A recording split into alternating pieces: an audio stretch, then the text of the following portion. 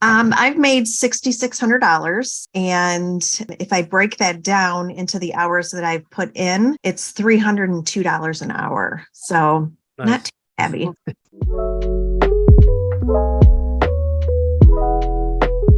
So how do you make $300 an hour with a small business? Well, that's exactly what we're going to talk about today. My name is Jake Randolph, and I'm joined here with Sara Otto and Debbie.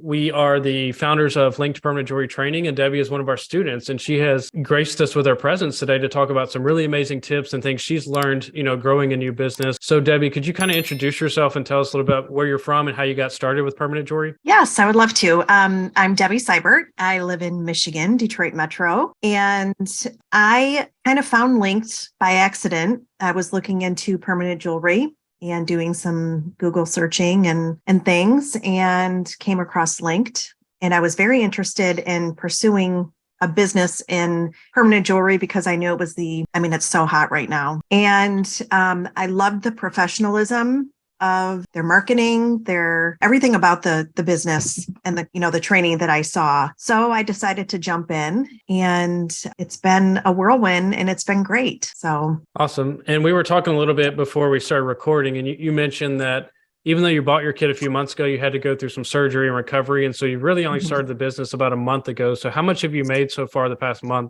I've made $6,600. And if I break that down into the hours that I've put in, it's $302 an hour. So not too heavy.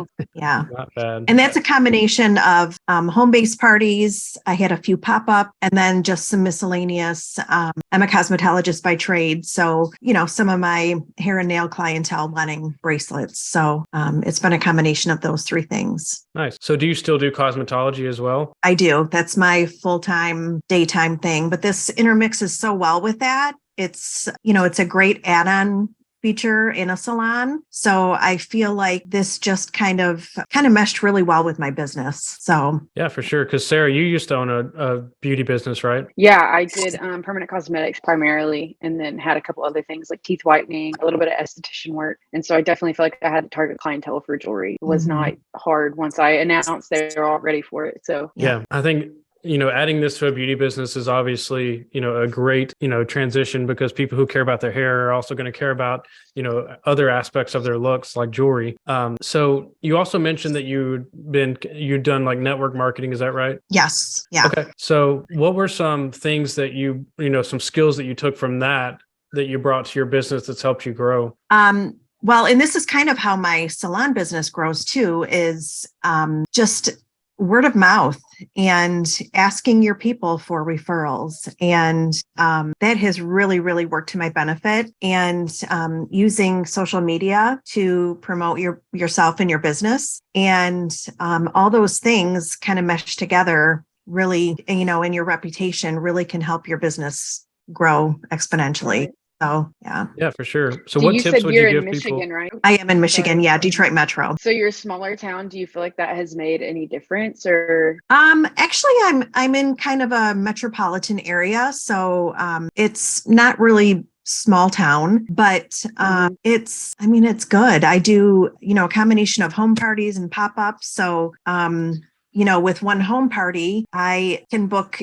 several more home parties. So, and I always do a minimum people of 5 people, so it's not just I get there and it's just the hostess, and so it just compound effect, so it's nice. Did you feel like this was easier to learn than hair? Yes. There is definitely a learning curve with the welding, but it's one skill. So you just practice. And the nice thing too with doing, I do nails a lot as well. And so that real fine detailed work, that some of this can be a little challenging. So, my 50-year-old hands can sometimes be a challenge. So it's not hard, but you do have to practice initially. So you're not going to get your kit and be, doing thousands of pop-ups, your first day, because there is a little bit of learning curve. So give yourself some time and give yourself some grace when you first get your welder, because it can be frustrating at first. but be patient with yourself because it does come. So What would you say your biggest struggle was starting out? Like, what was your biggest frustration? getting that jump ring to be closed enough where it can weld, and learning to juggle the stylus and the grounding tool and the pliers, all those things, kind of learning to juggle all of that and having it closed enough and, getting the weld in. Mhm. It still can be a struggle when I'm putting on a bracelet that is a little more on the tighter side than, a looser bracelet, because you're more constricted with your movement. But you just have to have patience and go with it. Yeah. So. And there's a human at the other end of it. So that just, bumps up the nerve. Exactly. Yeah. And when you're at an event or you're at a party and there's people watching you and it's like, ooh, it can be a little nerve wracking, but people normally have patience and grace with you, Yeah. And Sarah, what would you say the top 3 mistakes or 3 to 5 mistakes for jump rings are? That I see, or tips that I want to give, because I see a lot of people who are not closing them all the way. They seem like they're closed, but you have to use that magnifier, or make sure you have a magnifier attached to your table and really inspect that those two sidewalls are flush together. Because even if you have just a little bit of a gap like this, and it might be close to the top, but at the bottom we're still open, it's going to blow every time. So always just like perfectly meshed, no ifs, ands, or buts about it, and making sure that you know what you're looking at, finding that, because it can be a little tricky in the beginning. But like Debbie said, it's definitely a learning curve. But once you get it, you know what you're looking for every single time. It gets fast. Mm-hmm. Yeah, for sure. So let's say that, you said you had 6 or 7 events the first month? Yes. Okay. And then some of those were home parties. What were the other ones? I had some pop-ups and then some miscellaneous sales for my salon. Okay. So we've seen a few people that, they ask, how do you find events? So what do you find is the best way to schedule an event or find one? Well, my one event was actually one of my nail clients who works out at a gym. And so she said, would you want to do a pop-up at my gym? And I said, well, absolutely. So that was one. And then another one was at a Mother's Day event at a steakhouse in the area. And that I found just on a Facebook group, like for the city. And so asking, looking for vendors or, businesses that want to advertise or, be part of our Mother's Day event special. So I replied to that and there was no charge on that, which was even better. So it amazes me how many people don't utilize local Facebook groups. It's such an easy way to find events and vendors and just network with people. Absolutely. And there's so much too you can do with like wineries around here are a big deal, and wedding venues are a huge deal. And we have a couple students that even in our small town, I have a couple students, that I've gone to school with them, or I've found them later in my adult life, that they're preferred vendors now for these event venues or wineries. So every single time they have an event, those girls are there. So that's awesome too, is finding people that are consistently refer you. Right. Yeah. So and I'm still in the early stages. So I have a lot of things in my back pocket that I haven't gotten to yet that, I want to reach out to this type of business or, other things that I want to do that I just haven't had the time or, time to do it yet. So if you had to pick one thing about, your favorite part about being in Linked, what would it be? My favorite thing is the Facebook group and the continued support we have in that group. And I have learned so much from that group, and just, even putting out, okay, I had this experience. What do you think? What should I do? And just everyone has come from our training. So we're all kind of coming together with, common knowledge of what we have learned, and just being able to bounce ideas back and forth and get feedback and, all those things. It's really been just priceless. Honestly. So the training itself is wonderful, but having that piece that we can go into the group and, even just going in and reading all the comments and, what do you do for your hostesses and, how do you do this? And it's just great material. And I am in a couple other groups that are not linked permanent jewelry, but they're just permanent jewelry groups. And there's definitely a difference in, just the caliber of material and knowledge that we know, comparatively speaking. So yeah, and I see that a lot because I'll have students that'll come to me and say like, Jake, there is another person in my area that does permanent jewelry, but a lot of times I have to fix their welds because they weren't really properly trained. But as far as the community goes, that was one thing that me and Sara had talked about last year when we started Linked, is like, we don't want it to just be an online course or just a training program. We want it to be a full community. Right. And that's, and we strategically put it in front of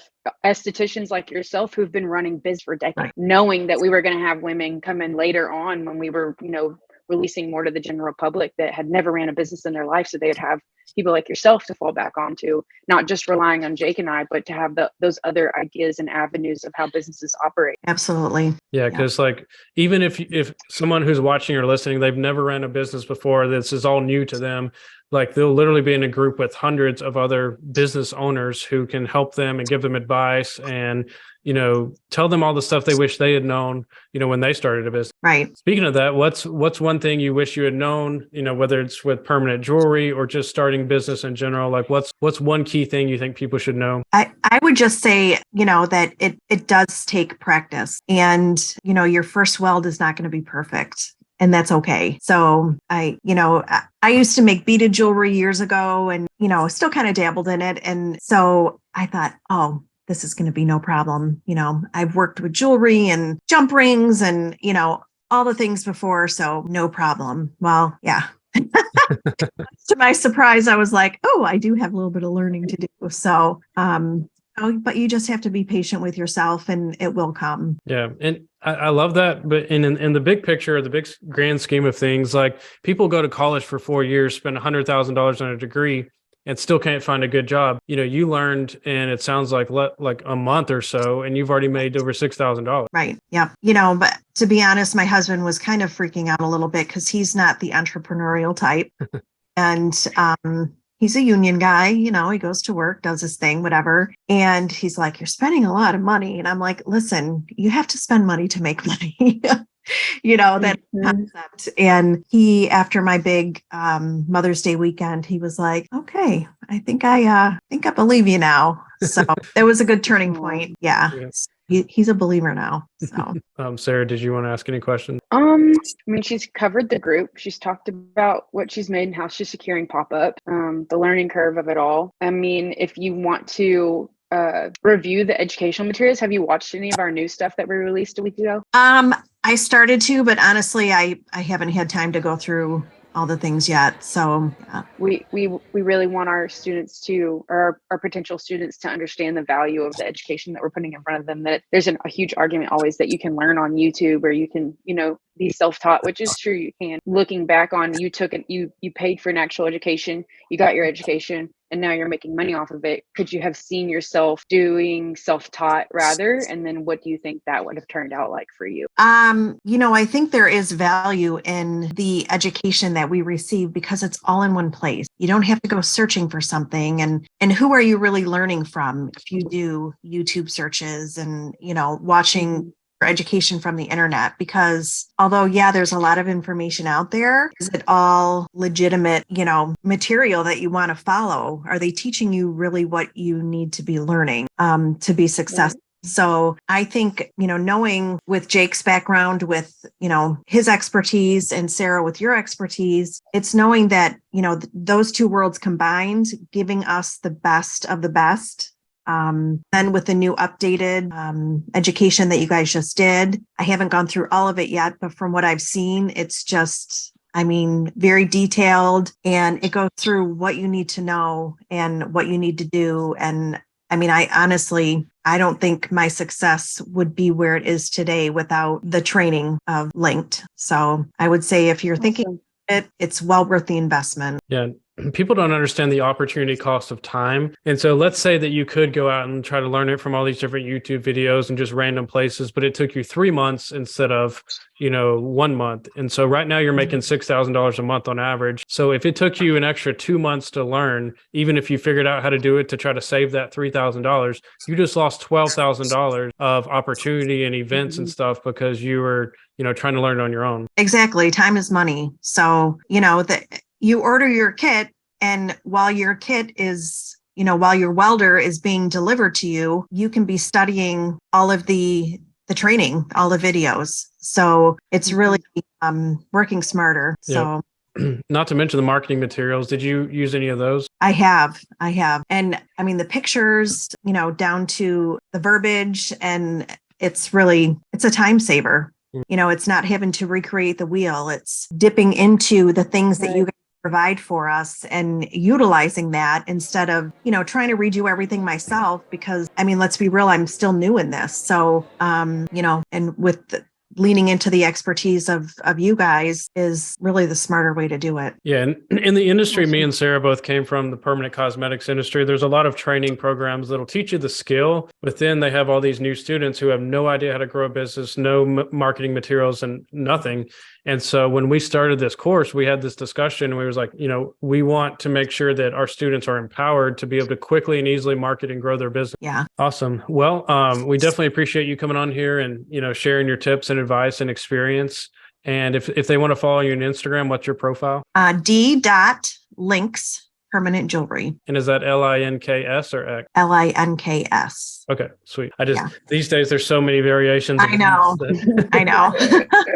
Perfect. All righty. If you're watching or listening, let us know what your favorite tip was below, or what questions do you have for me and Sara? Just let me know in the comments below. All righty. Thank you for watching, and thank you, Debbie. Thank you so much for having me. Thank you, Debbie.